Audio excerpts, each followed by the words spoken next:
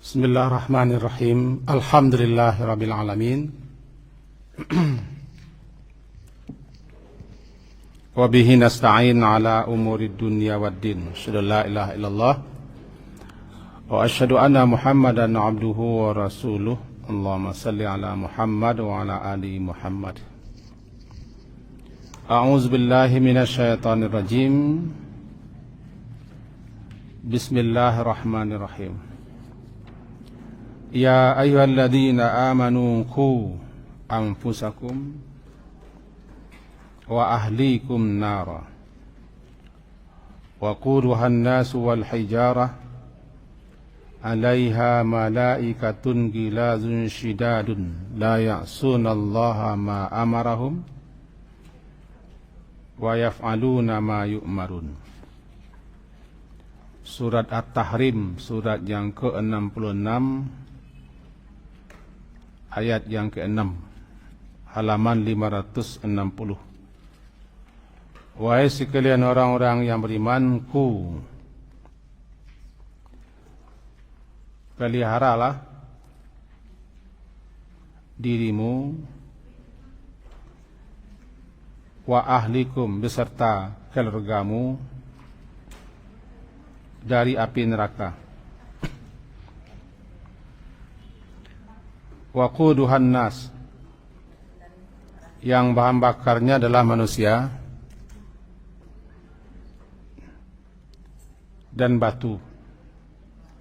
'Alaiha malaika, penjaga-penjaganya malaikat-malaikat. Giladun, yang sangat kasar. Shidadun, sangat keras. La ya'sunallah, yang mereka tidak pernah mendurhakai Allah. Apapun yang Allah perintahkan kepada mereka. Wa yaf'aluna ma yu'marun, mereka melakukan apa saja yang mereka disuruh. Kaji kita tidak itu. Lebihkan doang. Pembuka saja. Pembuka kaji.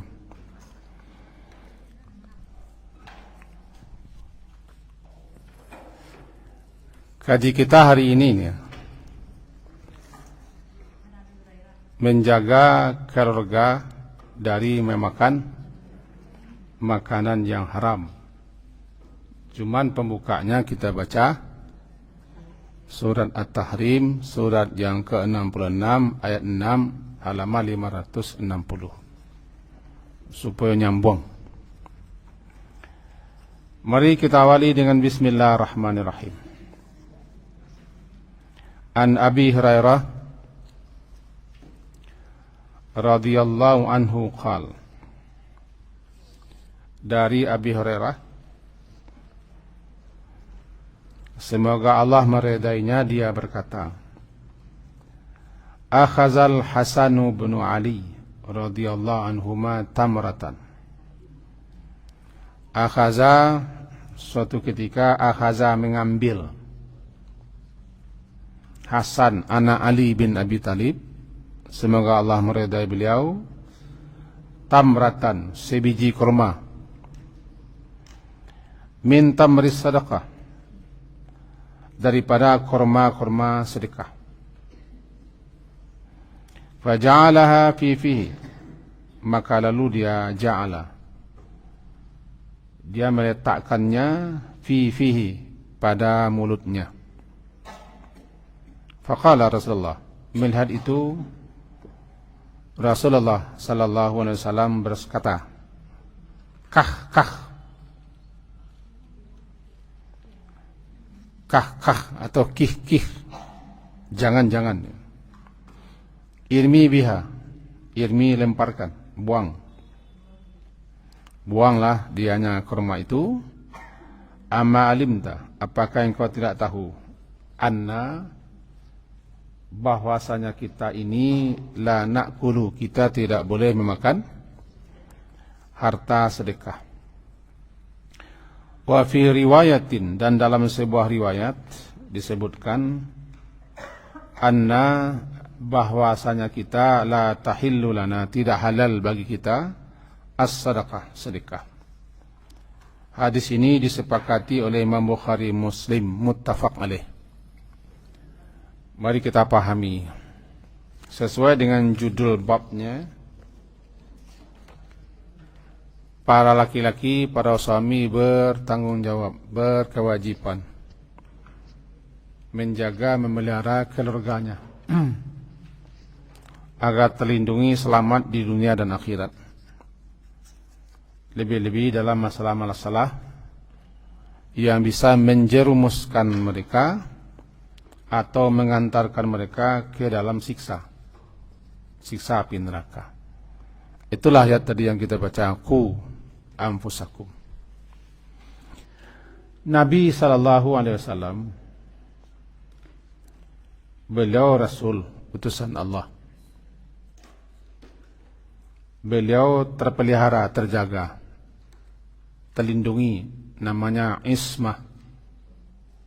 Ain, sad, mim, ta marbutah, ismah. Terpelihara, terjaga daripada berbuat yang salah, dosa. Untuk itu beliau digelari dengan al-ma'sum. Ma'sum. Barangkali kita pernah dengar Nabi yang maksum. Maksum yang dipelihara, yang dijaga, yang dilindungi dari berbuat salah dan dosa. Bahkan kata-kata beliau pun adalah wahyu. Wa ma yantiqu anil hawa in huwa illa wahyu yuha. Wahyu. Tapi keluarga beliau tidak dapat jaminan. Nah, beliau lah yang bertanggung jawab menjaga, memelihara keluarga beliau.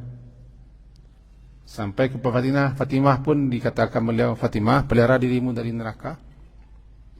Aisyah, pelihara dirimu dari neraka. Tentu begitu juga cucu beliau. Cucu-cucu beliau, Hasan dan Husain yang terkenal. Yang kedua, perlu kita ketahui dulu bahwa Nabi dan keluarga beliau tidak boleh memakan harta zakat. Sedekah di sini maksudnya zakat. Zakat kaum muslimin tidak halal dan tidak boleh dimakan oleh keluarga Muhammad sallallahu alaihi wasallam. Tapi kalau dikasih hadiah beliau terima dan beliau senang dengan hadiah. Diberi hibah beliau terima, tapi kalau zakat tidak boleh. Beliau dilarang dan beliau melarang. Zakat ini. Sedekah dalam arti zakat. Sedekah kan terbagi. Sedekah wajib adalah zakat. Sedekah tatawwu' ayo sedekah biasa.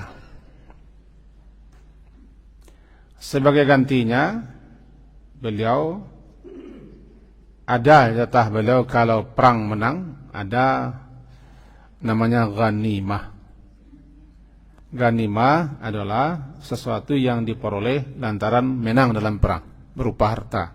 Dan beliau mendapat 1/5 keluarga beliau. Itu gantinya. Kalau tidak boleh. Yang kedua, yang ketiga, dulu zakat diberikan orang korma, ya korma yang dikasih. Sehingga korma itu ada yang ditumpuk di tempat penyimpanan. Di antara yang terkenal Rasulullah tugasi untuk menunggu kurma zakat adalah Abu Hurairah. Nah, satu kali ketika duduk-duduk di masjid, kurma zakat ada cucu beliau yang masih kecil namanya Hasan bin Ali, anak Fatimah, mengambil tamrah, akhadha tamratan, mengambil tamrah sebutir, sebiji korma. Min tamris sadaqah, daripada tumpukan korma sedekah. Itu korma zakat.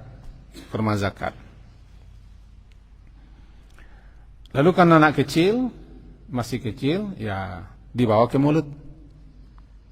Sesampai di mulut nampak oleh Rasulullah SAW. Kata beliau, kah atau kih. Kalau bahasa Jawa, kalimat itu barangkali supaya anak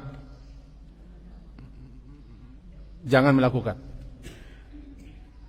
Jadi dalam bahasa Arabnya kalau sudah kih atau kah, jangan. Jangan boleh. Nah, bentuknya seorang ayah, seorang bapak, seorang kakek melarang anak atau cucunya, namanya kah, atau boleh juga dibaca kih, agar si Hasan membuang. Alasan beliau bahwa keluarga kita, keluarga Muhammad tidak boleh memakan harta sedekah atau zakat. Atau kira-kira penjelasan. Nah, apa kandungan hadis ini? Yang pertama lah, kewajiban seorang laki-laki terutama, karena laki-laki adalah ra'in di keluarganya. Kulukum ra'in. Setiap kamu adalah pemimpin, pengembala, penanggung jawab. Wa kullukum mas'ulun an ra'iyati. Setiap kamu akan ditanyai, akan dimintai pertanggungjawaban tentang orang yang dipimpinnya atau apa yang dipimpinnya. Nah, di rumah tangga kepalanya siapa? Laki-laki. Perempuan pemimpin di rumahnya, di rumah suaminya. Tapi kalau laki-laki pemimpin keluarga. Karena laki-laki itu pemimpin, dia berkewajiban menjaga, memelihara, melindungi anggota yang dipimpinnya, anak dan istri. Kalau ada di situ yang lain tinggal, anak saudara kalau di Minang namanya kemenakan atau saudara, maka dia bertanggung jawab terhadap orang yang tinggal di rumahnya. Nah, tanggung jawab itu luas, semenjak daripada tempat tinggal, makanan, pakaian, kesehatan, pendidikan, perlindungan atau penjagaan. Itu tanggung jawab laki-laki. Maka karena dia bertanggung jawab, dia harus betul-betul memperhatikan apa yang hendak diberikan untuk dimakan oleh keluarganya, atau apa yang akan dipakai oleh keluarganya, digunakan oleh keluarganya. Maka seorang lelaki jangan sampai memberikan barang yang haram, dari harta yang haram, makanan yang haram, minuman yang haram, atau apapun yang haram, lalu diberikannya kepada keluarganya. Karena dia penanggung jawab, nanti akan diminta pertanggungjawaban. Nah, di sini dalilnya cucu Nabi namanya Hasan, ada Husain, masih ada cucu Nabi yang lain, bukan hanya Hasan Husain. Tapi karena berdua ini populer, anak Fatimah.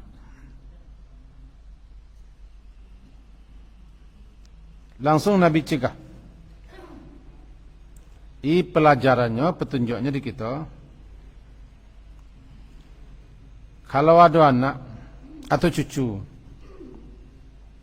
atau orang yang berada di bawah tanggung jawab kita, melakukan sesuatu yang haram, mengambil sesuatu yang haram, memakai sesuatu yang haram, atau membawa barang yang haram, cegah. Tidak usah pakai kah, itu Nabi kah. Yang kah. Kalau kah kan menyuruh membuang di mulut. Kalau tidak, pemimpin yang kena. Pemimpin yang diminta tanggung jawab. Kenapa dibiarkan? Dari ini ulama-ulama meluaskan pengertiannya. Seorang laki-laki dia bertanggung jawab karena dia penanggung jawab. Dia harus memelihara karena dia pemelihara penjaga pelindung tentang keluarganya. Bukan hanya makan, tapi dalam segala halnya. Nah, tiba di kami laki-laki, yaitu ada istri, ada anak, ada cucu. Larang anak perempuan kita bagaimana begini-begini. Larang anak bujang kita bagaimana begini. Tanggung jawabnya itu. Tentu lebih-lebih mengkonsumsi barang yang haram yang tidak milik kita. Karena dia akan jadi darah daging. Perhatikan Nabi. Ketika sebutir kurma sebutir serampu ya. Serampu. Langsung Nabi larang. Jangan. Tidak halal. Kita tidak boleh, tidak halal bagi kita memakan sedekah. Kalau tidak halal kan haram. Kan haram kan? Haram.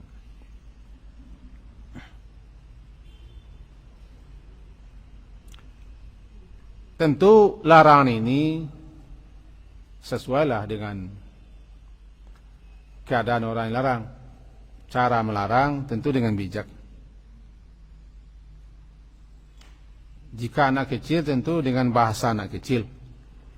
Kalau anak kola kadang itu bahasa lah kadang. Nabi biasanya kalau beliau melarang, langsung beliau jelaskan kenapanya, ilatnya. Laranglah orang, tapi berikan kenapa? Kenapa dilarang? Kalau ada orang mengatakan pokoknya tidak boleh. Ya bang tidak boleh, pokoknya boleh. Aku tagangnya badan tiang. Pokoknya kalau tidak boleh, titik, tidak boleh. Titik. Itulah kampuh. Tiba di bini inilah mengkuasa dah. Sabar selawat. Tiba di bini ya. Sebenarnya tanpa alasan, tanpa penjelasan kenapa. Apalagi yang dilarang itu rasanya tidak masalah. Tidak mudarat, tidak buruk. Tapi karena ukan dinya, tahu ukan? Ukan. Larang. Dia berhak melarang tapi jangan kenapa larang. Dijelaskan. Kata Nabi kepada cucu beliau, ama alim ayasan, apakah engkau tidak tahu kita dilarang tidak boleh memakan sedekah. Itu kan namanya penjelasan, ilat, dalilnya kenapa dilarang. Tidak halal di kita, maka laranglah, tapi jelaskan kenapa dilarang. Ada apa? Maka dilarang. Yang berikutnya, karena Nabi melarang ini dekat orang ramai, maka boleh dikeraskan supaya orang pun tahu. Dibolehkan menyapa, menegur seorang anak agak dikeraskan, tapi tujuannya bukan kepada anak-anakku yang sebagai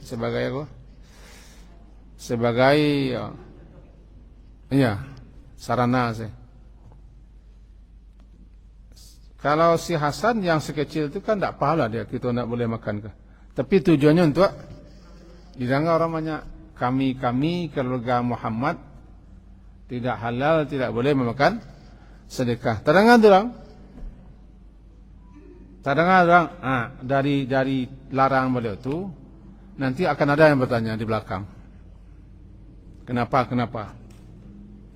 Ketika itulah sahabat-sahabat mengerti, paham dan tahu, oh rupanya kita tidak boleh memberikan zakat kepada Nabi untuk beliau. Karena kalau menerima zakat, beliau letakkan, beliau bagi-bagi. Sahabat tidak berzakat kepada Nabi, tapi banyak mengasihkan hadiah. Bisa paha kambing, bisa baju, dan macam-macam. Namanya hadiah, bukan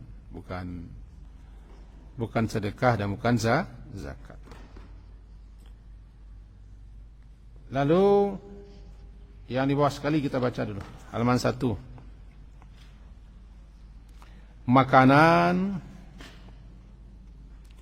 minuman, dan hasil nafkah dari yang haram sangat berpengaruh sekali dalam kehidupan seorang muslim. Bukan hanya kehidupan dunia, ke kubur ya, alam barzakh, sampai ke akhirat sana. Juga berpengaruh kepada ibadah dan doa serta amalan-amalan lainnya. Itu efek pengaruh makanan yang haram. Nah, kita contoh sih kok. Contohnya gini.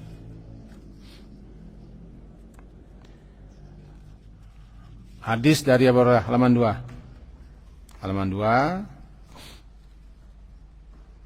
Sabda Nabi, ayuhan nas, wahai sekalian manusia, innallaha tayyibun. Sesungguhnya Allah itu tayyib, baik. Tayyib, baik. La yaqbalu illa tayyiba. Tidak akan menerima kecuali yang baik.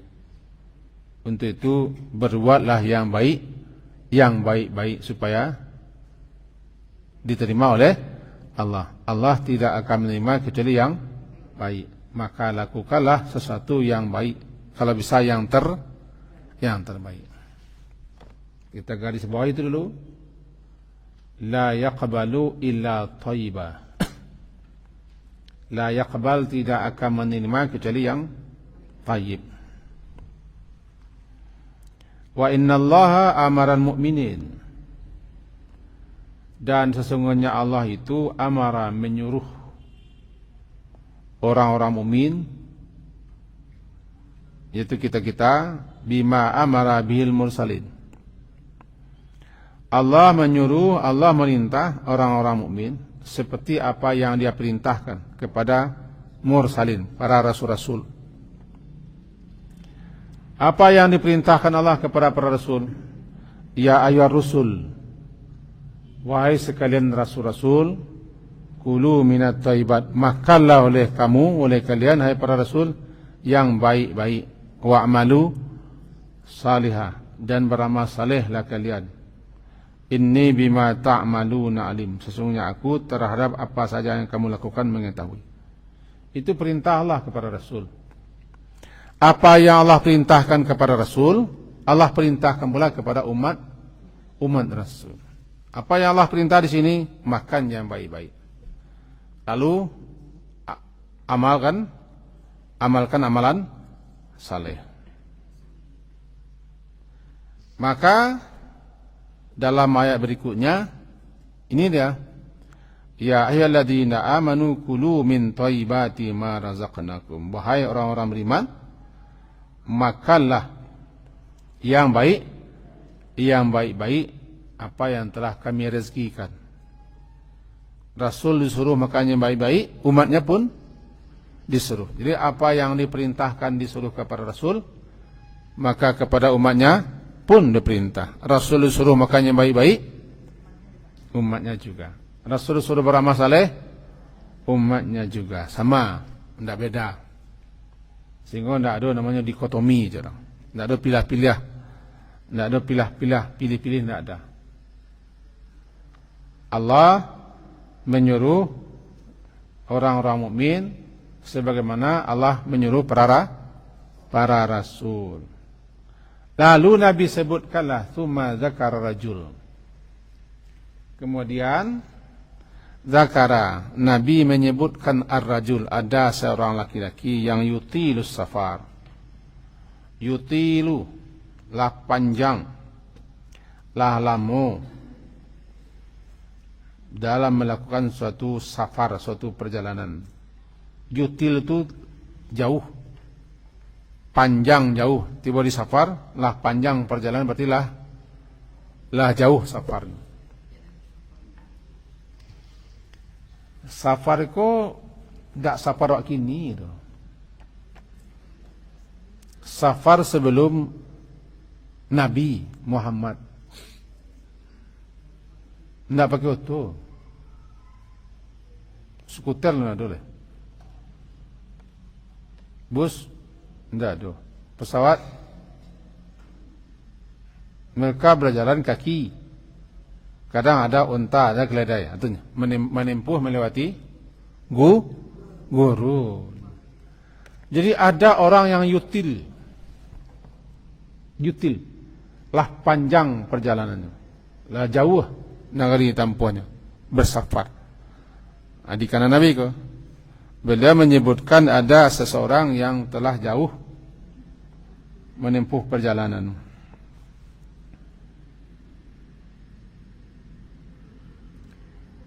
Ash'asa aghbara. Orang ini rambutnya tidak teratur, kusut masai, rambut panjang. Kenapa? Dalam perjalanan mengharungi lautan pasir, kadang-kadang angin, tentu rambut acak-acak, rambut berkabui, atau lama tidak mandi. Perjalanan panjang berefek kepada rambut. Di samping itu kondisinya aghbara, nyalah berdebu dan berdekil. Aghbara berdebu, nyalah sangat berdebu.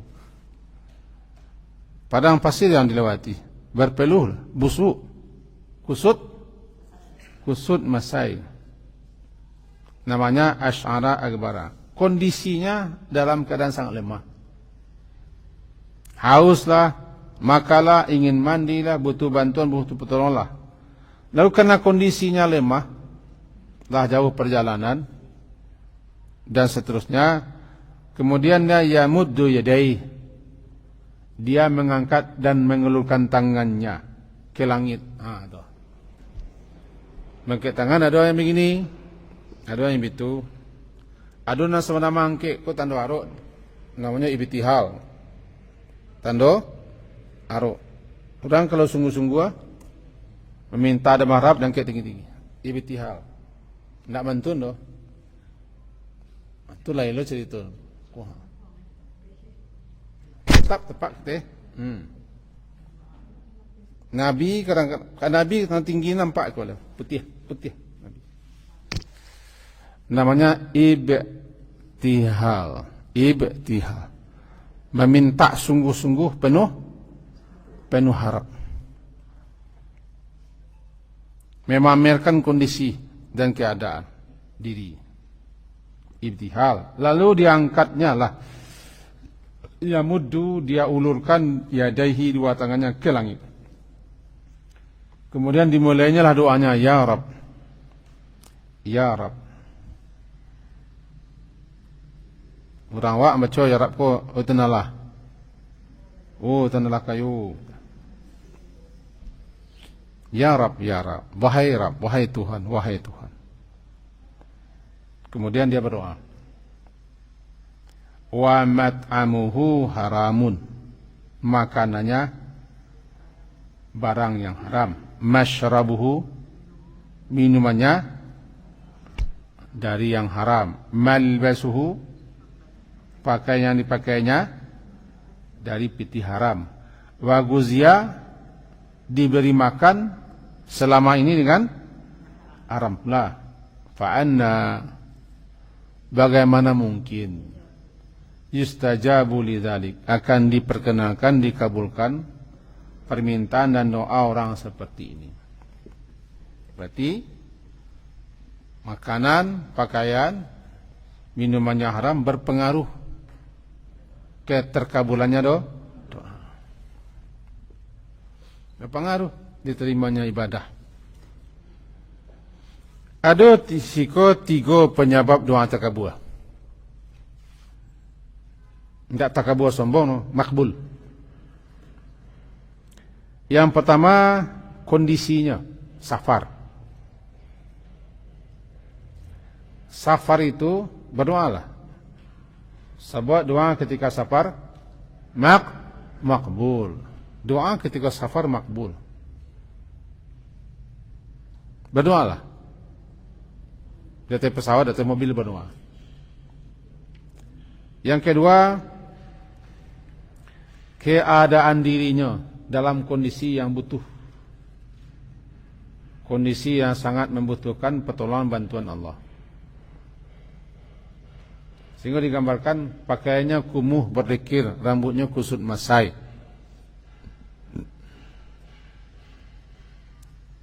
Kondisi itu. Yang ketiganya baca ya Rab, ya Rab. Artinya meminta berdoa kepada Allah, menyebut nama Allah. Tiga hal. Tiga ko adab dalam berdoa. Dan tiga ko pendorong supaya cepat doa dikabulkan. Cuman masalahnya, walaupun ialah melalui proses doa, kalau orang lain berdoa diterima apa? Tapi ini tidak diterima. Kenapa? Terhalang. Ana menghalangi. Nan haram. Mat'amuhu, mashrabuhu, malbasuhu haramun. Pakaian, minuman, makanan haramun. Bagaimana mungkin orang ini akan dikabulkan doanya? Kajian itu, untuk itu jangan disuapi, jangan biarkan orang-orang yang berada di bawah kita memakan yang hati-hati waspada. Abang ingatkan kisah dinukil dalam kitab Jamil Ulum wal Hikam. Salah seorang sahabat ini namanya Sa'ad bin Abi Waqqas. Sa'ad bin Abi Waqqas. Ditanyakan kepadanya, kaifa tustajabu da'watuka? Apa yang membuat doamu makbul, mustajab? Di antara sekalian sahabat-sahabat Nabi ya, min baini asbarisullah, di antara sahabat-sahabat Nabi, doamu yang paling mustajab. Kenapa itu? Kata orang lain kepada beliau. Jawabnya, faqal ma rafa'tu ila fami. Tidaklah aku mengangkat tangan ke mulutku. Ma rafa'. Tidaklah aku mengangkat tangan ke mulutku. Fami. Luqmatan satu suap. Illa wa ana alim. Melainkan saya tahu. Min aina maji'uha. Dari mana datangnya makanan kau. Karena ambo tidak ingin sembarang makan. Jangan-jangan barang haram, barang becilok milik orang lain. Tidak mau sembarang makan. Jadi setidaklah aku mengangkat tangan untuk menyuap, melainkan aku tahu yang aku suap itu adalah halal apa tidak halal, dari mana sumbernya. Itu kecilnya. Saya Sa'ad bin Abi Waqqas. Wa min aina kharajat? Dan dari mana keluarnya? Begitu hati-hatinya. Itu nama lakukan. Ketika dijawab oleh sahabat, "Bang, kau doa kau acok makan buah." Kami jarang makan buah. Ya itu. Mau seleksi anak mau makan. Enggak samaran santuang aja lah. Apalagi zaman kini. Di zaman kini, kok jual bali lah, kok di perusahaan lah, kok di kantor lah, bawa sekue kantor pulang bagian ke cucu, misalnya, halal pun tak itu. Kecuali lah lagi ya, bawa pulang kok, dia. Jadi kalau Sa'ad bin Abi Waqqas ditanyanya tu, bawa pulang ni halal, mau bawa pulang aja.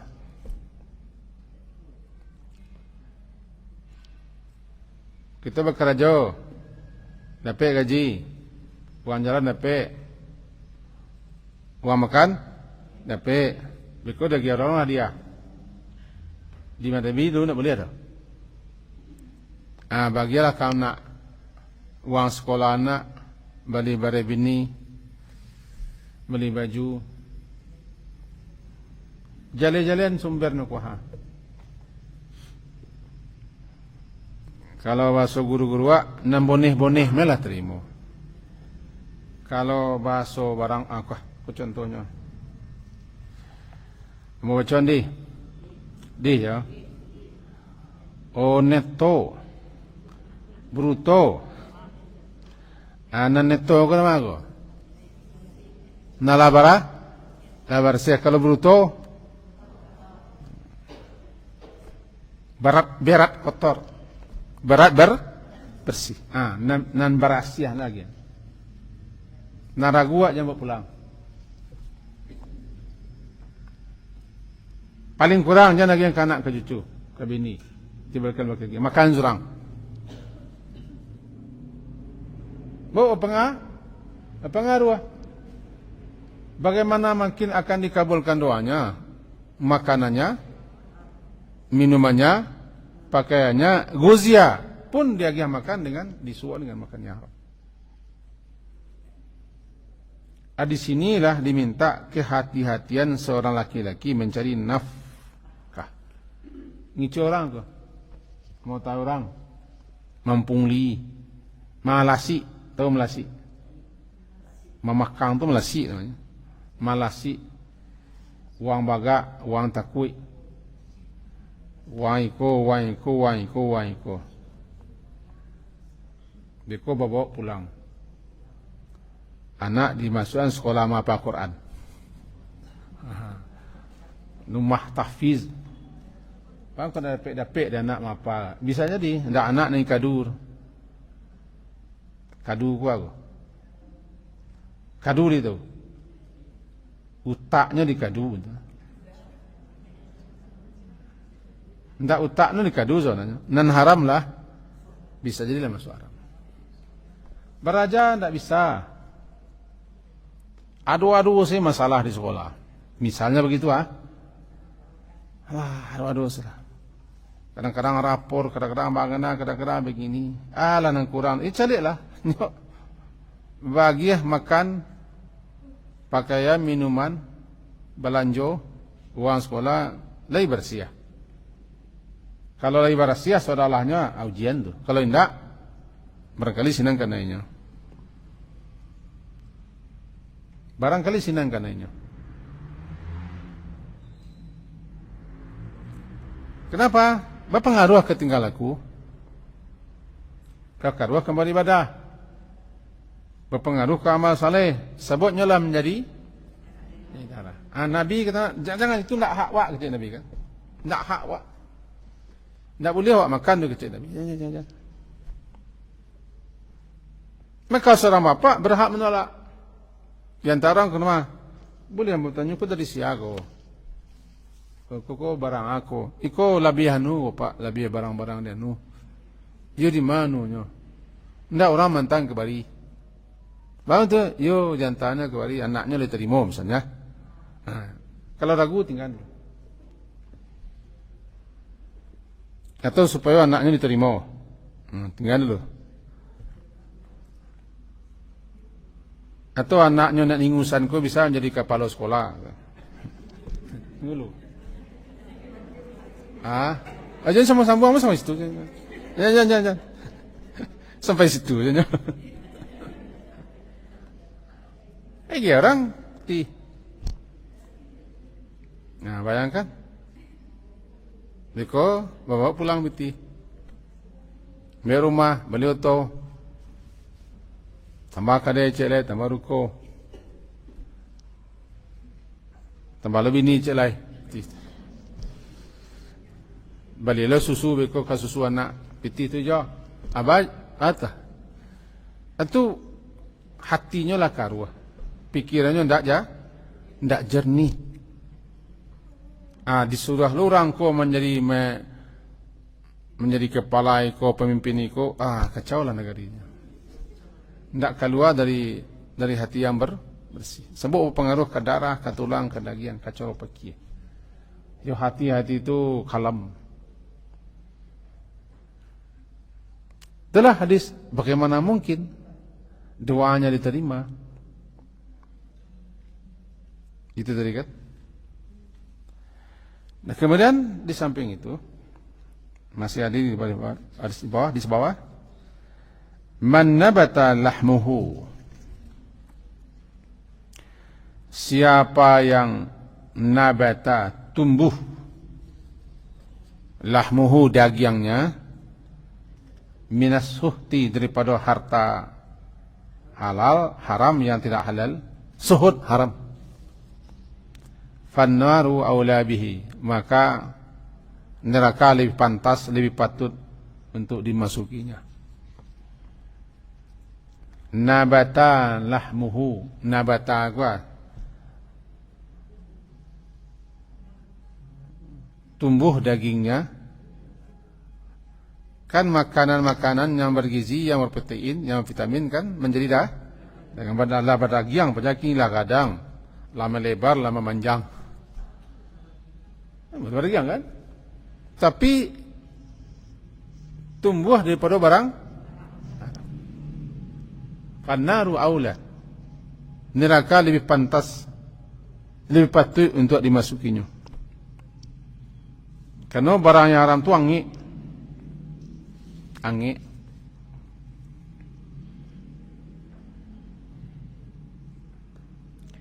Dalam riwayat lain dikatakan begini. Dalam kitab Musnad ketemu bunyi begini ya. Imam Ahmad ya. Nabi sallallahu alaihi wasallam bersabda, "Wa la yaksibu 'abdun malan min haramin." Tidak ada orang yang mendapatkan mengusahakan harta dengan cara yang haram, fa yunfiqu minhu, lalu dia infakkan. Diinfakkannya tidak mungkin akan diberkahi. Fa yubaraka lahu fi. Tidak akan terjadi itu. Dia mengusahakan pekerjaan piti dari cara yang haram, lalu infakkan sebagiannya, tidak akan diberkahi. Wala yatasaddaqa bihi fayuqbalu minhu, dan tidak pula diterima sedekahnya jika barang itu tidak halal. Wala yatrukuhu khalfa zahri, dan tidak juga ketika dia mati lalu harta itu tinggal dimakan orang, dipakai orang, dipakai orang di belakang. Maka setiap saat dia akan menambah dekatnya ke neraka dan tidak akan dihapus dosa-dosanya selagi darahnya masih darah yang haram, daging yang haram, tulang yang haram. Batu caranya buang, cuci darah namanya.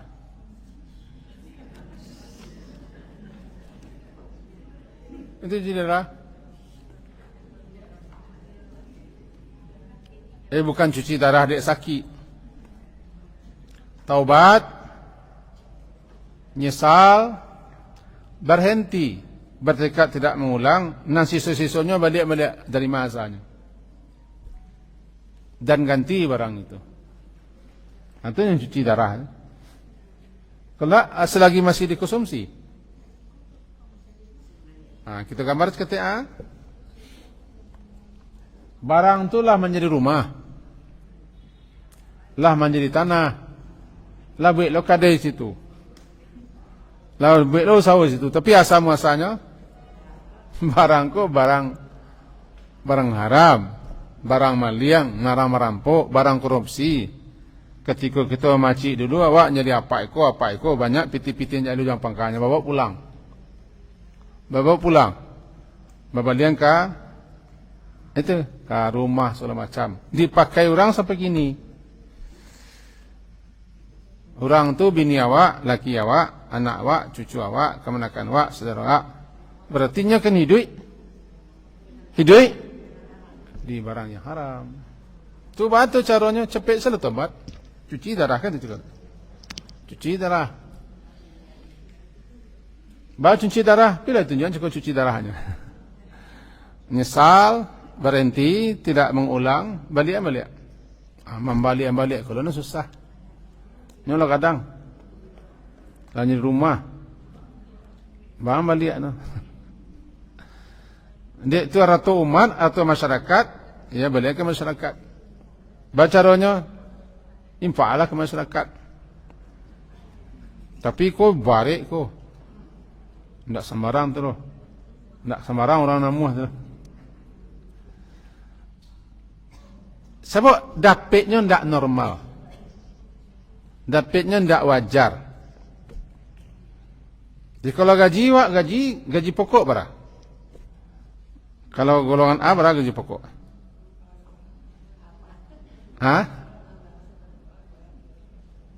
Taruhlah 3 atau 3,5.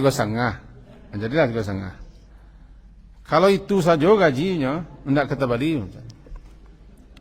Kau jadi tambah tunjangan 1 juta atau 2 juta. Tidak je kita balik. Berarti dapatnya dengan cara yang lain. Kalau cara yang lain kau halal, tidak halal kau. Bayangkan untuk pembeli wang sekolah anak. Jadi anak sekolah dengan barang seperti itu. Kalau bahasa guru-guru tidak berakai. Bagus tidak berakai, tapi pitih kau pitihan. Jadi. Di Nabi cik kurma kah. Jangan. Nak punya waktu cepat balik. Keluar balik. Tak halal. Itu baru kurma. Sebab sebiji kurma dimakan menjadi daging, menjadi darah, menjadi tulang. Kalau keluar sebab dia sadar Allah no ada. Boleh keluar tak itu balik, balik no ada. Kau jadi lagi ya. Bayangkan kopi diminumnya tidak hitam keluar, tinggal man. Diminum sirup warna-warna macam buah-buah warna macam-macam. Nang keluar nak warna itu dah. Berarti tinggal di parit kan. Okay, parit. Ya bala dah, baca caranya dah. Bala caranya dah. Caron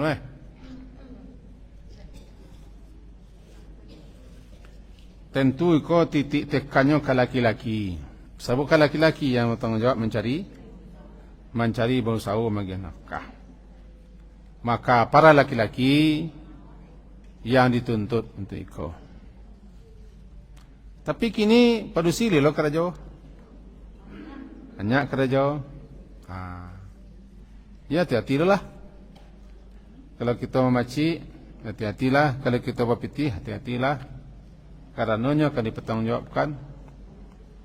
Kalau seorang laki-laki dia tahu istrinya bekerja dan dia tahu pendapatan istrinya kok jauh lebih besar daripada gajinya, maka suami wajib bertanya. Sebabnya di bawah tanggungjawabnya. Bang, banyak nak gaji mah pitih ke? Ko patang mama lah maliko lo, kuni lah maliko lo. Gaji mama ada sebulan. Tahu salah apa? Ada gaji kami sebulan. Tu mah pitih. Tanah-tanah lah apanya. Kalau wajib dicurigai lelaki. Kalau malawan bini tak iko, baru dibuat suatu kebijakan. 3 cara kan, dinasihati, tapi salah lo, dipicit setiap. Ndak jo, kebijakan di tangan laki-laki. Itu tanggung jawab laki. Kan dia yang mengizinkan kamu kerja. Mana mencari. Tenang salah apa? Tahu rahasia siapa aja. Gaji apa tu anda salah. Tapi masalah makan, masalah ikut, masalah biar mama nanggung. Pokoknya mama salah. Kalau laki nak beriman tu aman sininya. Jadi salah jadinya. Itu bahayanya. Bahaya di mana laki-laki terutama harus bertanggung jawab.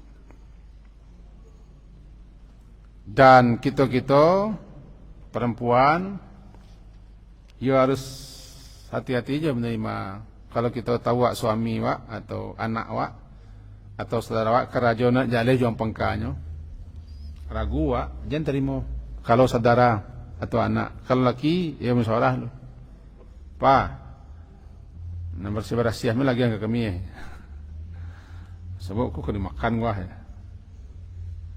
Ya tentu pandai lah cara mengecing ke papaan kok. Kalau tidak berhasil kami tak tahu lepas. Tanya jawab. Ini elok saya. Untuk itu kami laki-laki dulu dituntut. Memang harus selektif. Dalam mencari, dalam berusaha, jangan sekadar pek. Harus mengerti halal dan haram, termasuk apa yang dipakai anak bini, apa yang dia peroleh, harus jale-jale. Kalau kita nanti mengawinkan anak, jale-jalean sia calon laki anak kerajono.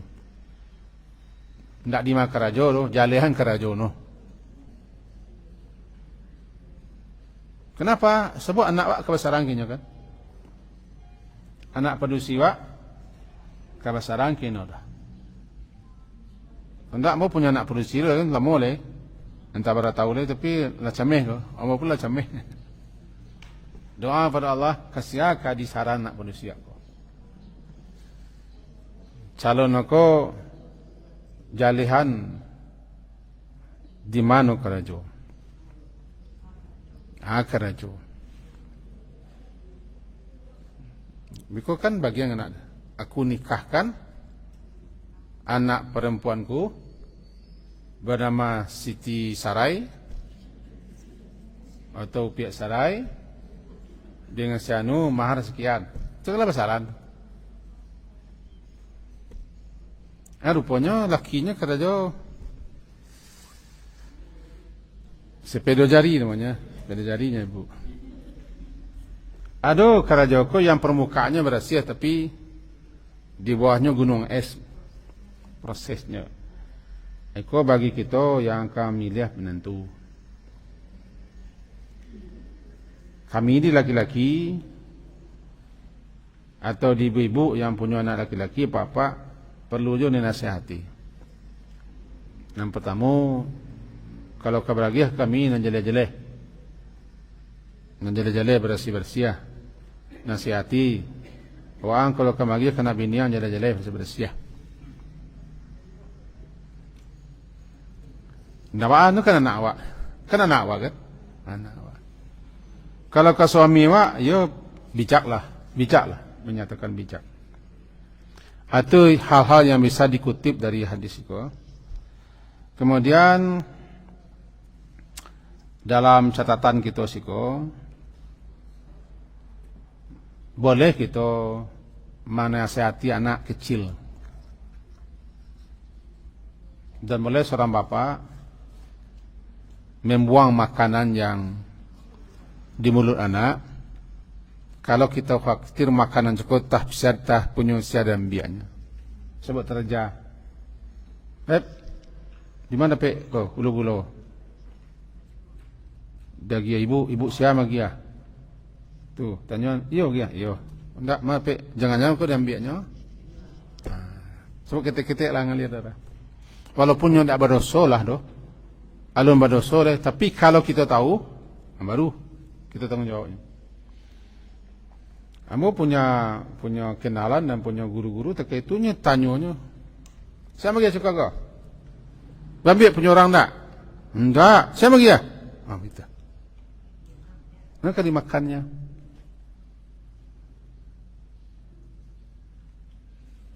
Ini tak perlu lo kita bela anak, biar bela anak ketik baru. Nak tanya no. Anak kan membela aku tak siapa nak tu. Membela aku siapa ni? Apaknya tak? Apaknya bisa bela. Kami malah salah no. Neneknya, induknya, nyaknya tanya. Piti saya tagih, nyak tanya kan. Kalau kami kalahnya mesti diancam. Cuman sebagai seorang kepala keluarga dia harus tahu anak yang dimasukkan kapari oleh anak-anaknya. Dan ibu-ibu pun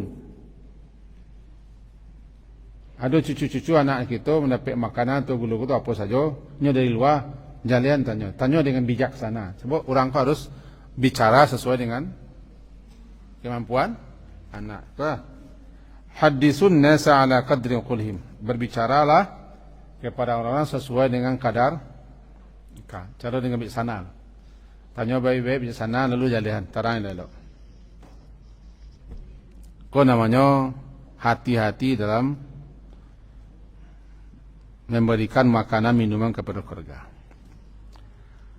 Lalu disabitkannya siko dek korma cako atau zakat dibawa orang ke masjid zaman Nabi. Masjid korma itu diberikan orang ke Nabi, bukan sebagai untuk Nabi, tapi Nabi yang bertindak mengumpulkannya, menentukannya. Lalu beliau tugaskan orang untuk bagi-baginya. Berdasarkan itulah sebagian ulama fikih mengatakan zakat itu dikumpulkan kepada pihak yang ditunjuk oleh kepala, oleh pimpinan. Nah, kini kalau ada nanti namanya badan-badan resmi. Di samping yang boleh sih kita langsung ke sasaran. Langsung ke sasaran orang yang berhak, kita agian. Khawatir kita, kalau kita tumpuan, kita agian kepada pihak yang telah ditunjuk, kau tidak sampai ke sasarannya beko. Sebab orang ku butuh, orang ku perlu. Nyo tetangga, nyo kadik kabia, nyo sana, wak tahu. Ada agian lu ke badan amil. Kok tidak nyambung beko? Boleh langsung. Boleh langsung. Kalau Nabi, ke Nabi bagian. Lalu sahabat-sahabat ada yang ditugaskan untuk menjaga harta zakat. Salah satunya kami gitu jago. Suatu malam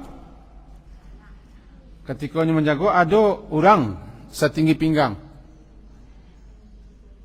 masuk ke tempat di mana penyimpanan korma zakat. Diambilnya ditangkap oleh Abu Hurairah, pakciknya. Apa yang ambil aku masih zakat ko? Yang kecil kan Nabi ko, jangan. Buat alasannya, iko adalah amo punya tanggungan, amo susah, payah bu. Jadi amo ambil kurma zakat ko. Di mana yo itu? Semana yo. Memang kelaparan, memang kesusahan yo, dilapihnya. Banyak. Lalu malam berikutnya datang balik. Datang balik. Biar oleh ditangkap oleh pakcik. Bawa ke Nabi. Mana ngabok Nabi itu kacanya. Sekali itu berjanji, sama berjanji mana, nak kamu ulang. Hilap yang balik, tu lah boleh kasihan. Malam yang ketiga, ulang balik. Tak maunya melapih lah. Tak mau lapih. Ketika itulah makhluk tadi mengecekkan, lapihlah, mau membagikan kalimat. Ambilnya kalimat, kalau yang kau baca, kau setan lari dan setan lumer. Aduh, baca lah ayat kursi. Kursi setiap malam kalau nanti setan kerdil lari dan takut tak akan menghampiri engkau. Betul. Enggak betul. Ini pen balik. Baru dilaporkannya ke Nabi oleh Abu Hurairah. Tiga malam bawa tidak Rasulullah. Kau bahasanya lah bahasa Ambo leka, enggak bahasa Nabi leka. Tiga malam mati turui ada orang makhluk sebesar pinggang. Begini, kata Nabi, lai tahu engkau siapa tu? Tamu engkau tu lai tahu? Enggak. Itu jin, setan.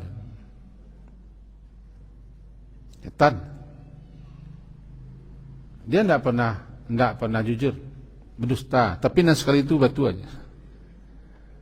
Setan malu pernah ada jujur. Tapi nan sekali itu, dia ajarnya engkau membaca ayat kursi kalau setiap malam, betul aja. Bahasa setan memang tidak akan menghampiri, tidak akan mendekati orang yang di malam hari membaca ayat kursi. Nah sekali itu betul. Nyo penduto tapi sekali itu betul. Ada pelajar pelajaran memang di zaman Nabi korma di barang korma yang dizakatkan lalu terunggu dijago. Korma itulah ketika dulu Hasan main-main di masjid.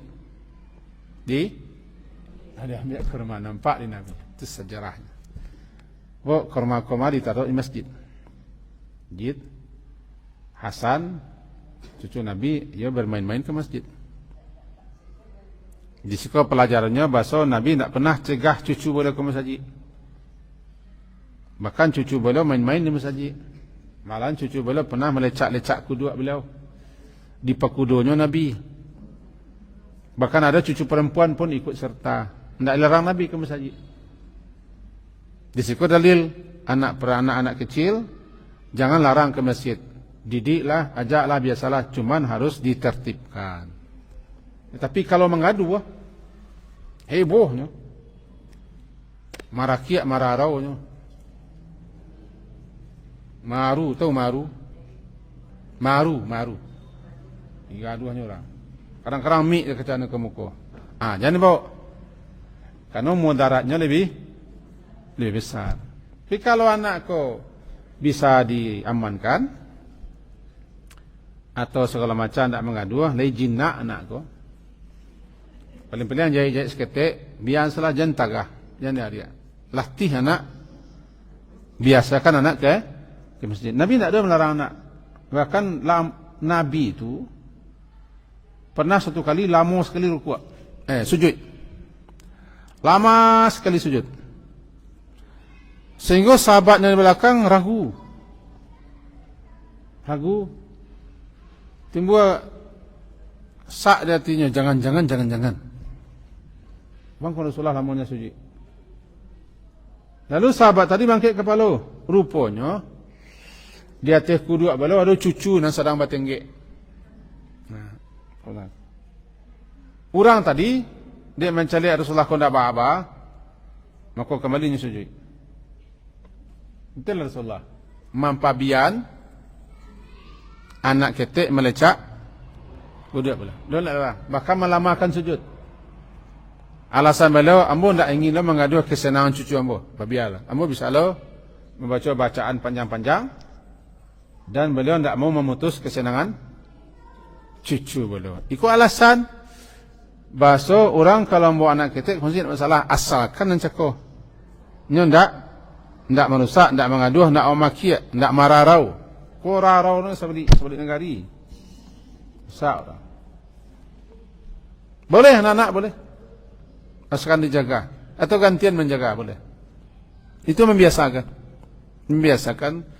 Bahkan anak-anak zaman Nabi di bulan Ramadan banyak di masjid. Memujuk-mujuk mereka di BM main-main. Permainan bulu lagi ya, merintah-rintah waktu. Di masjid mereka. Kau dalil zakat.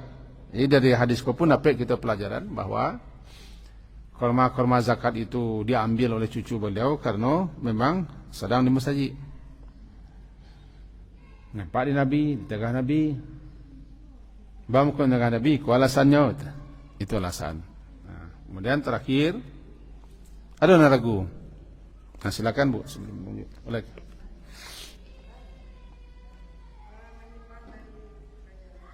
Kamai Bu.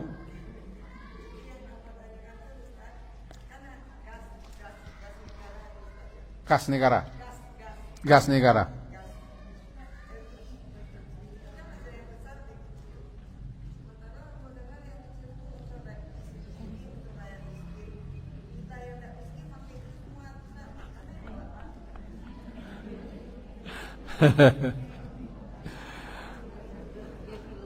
Gas 3 kilo. 3,5 kilo, 3 kilo. 3 kiloan ya. Diperuntukkan untuk orang miskin. Mulainya kan tahun 2000 enggak? Enggak, mulainya lah berlaku dulu lah. Alah. Lalu kita yang enggak miskin, baca. Kita yang tidak miskin, itulah bambia. Ini subsidi. Halalkah di kita? Itulah. Menurut ibu bah? Lah itu sama jawabnya. Sebab hati kita lah tahu sana. Dalam sebuah riwayat, istafti qalbak. Mintalah fatwa ke hatimu, hatimu bisa berfatwa. Ya, hatimu sendiri bisa berfatwa. Iko ndak hak wak nego. Ndak hak wak nego. 3 kilo ku untuk orang susah, untuk orang miskin. Awak bisa, awak ambil lo. Bakat tu hati mah. Ndak halal. Ndak halal. Kecik ibu cakap, itu mana ada no. Nando balik kilo ndak do. Apalagi 50 kilo ndak do. Ya kecik ibu cakap begitu lah. Ndak do nando balik kilo, itu mana ada awak ke masak. Badu. Beli, lebih membelinya dengan harga normal. Berapa harga normalnya 3 kilo? Beli harga normal. Jangan dibeli dengan harga yang untuk orang miskin. Sebabnya lah tentukan.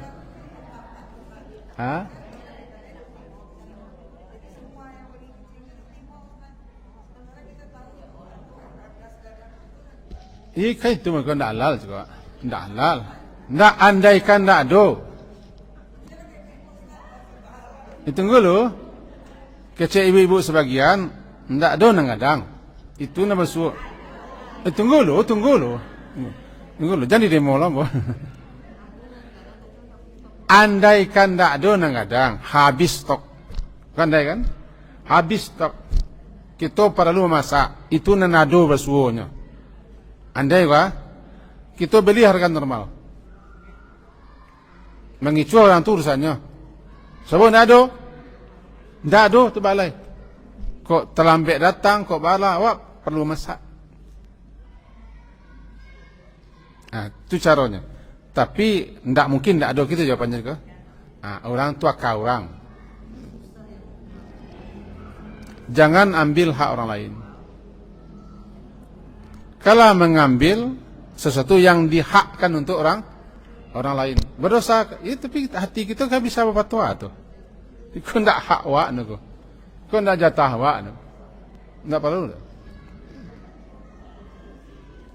Dan banyak terjadi. Berdosa lah. Di mana tak dosanya? Tidak hak wak.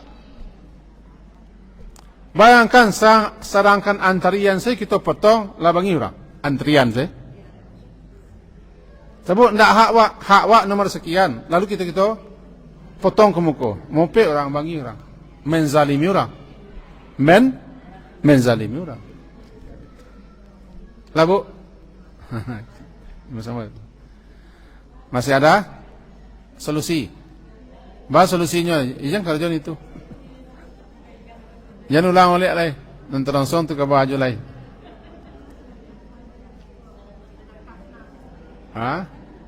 Dan salamuko iya. Bayar banyak sedekah. Sedekah ke orang miskin. Kamu pun tak tahu lo rumah apakah pernah lo orang rumah tak tahu bodoh.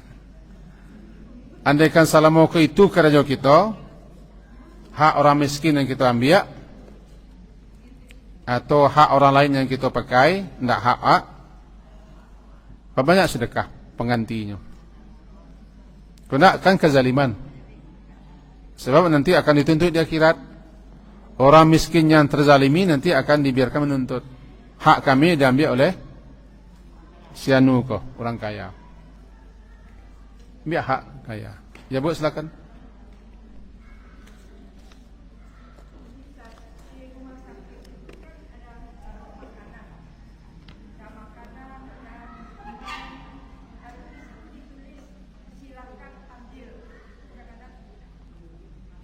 Silakan ambil.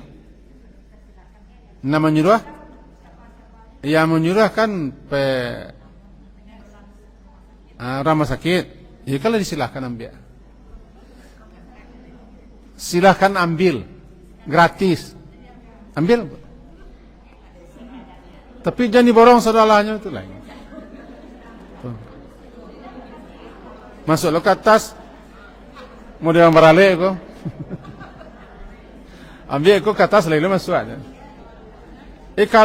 Kalau sudah diizinkan oleh pengelola, minuman gratis, makanan gratis, tentu sekedar untuk dimakan di situ, untuk diminum di situ, dibawa pulang, tanya ke orang tu.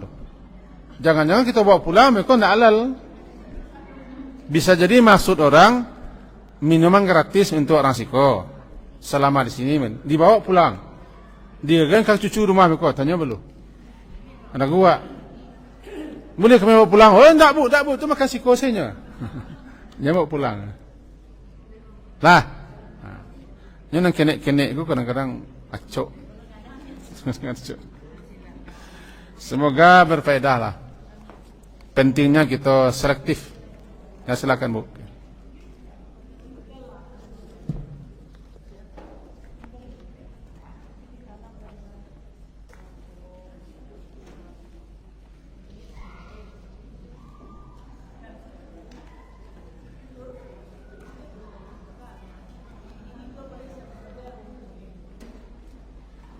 Lahan kosong ku punya orang, tapi diizinkan memakai,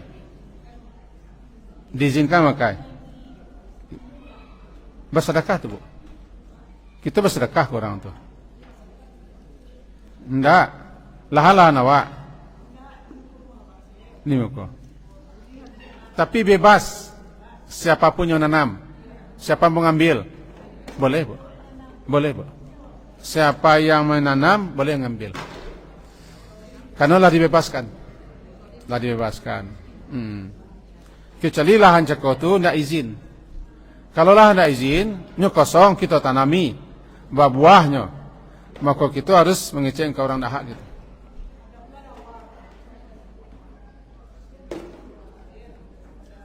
Ada ikan, dalidi. Ya ambil boleh Bu. Boleh Bu. Baluitnya kalau ada situ pancing boleh Bu. Pancing baluit. Lah, yang tak boleh catatan begini. Tanah tinggal. Pemiliknya lagi. Tapi nak rumah kita tanami saja tanpa izin. Ya tak boleh kita ambil. Tapi kalau biasanya buliah dinyo ambil lah. Itu balik kepada kebiasaan. Ya Bu ya. Semoga berbeda. Demikian hati-hatian kita akan masuk parik ya. Subhanakallahumma bihamdika asyhadu an la ilaha illa anta astaghfiruka wa atubu ilaik. Sallallahu ala Muhammadin wa ala alihi washabihi ajmain. Alhamdulillah. Assalamualaikum warahmatullahi wabarakatuh.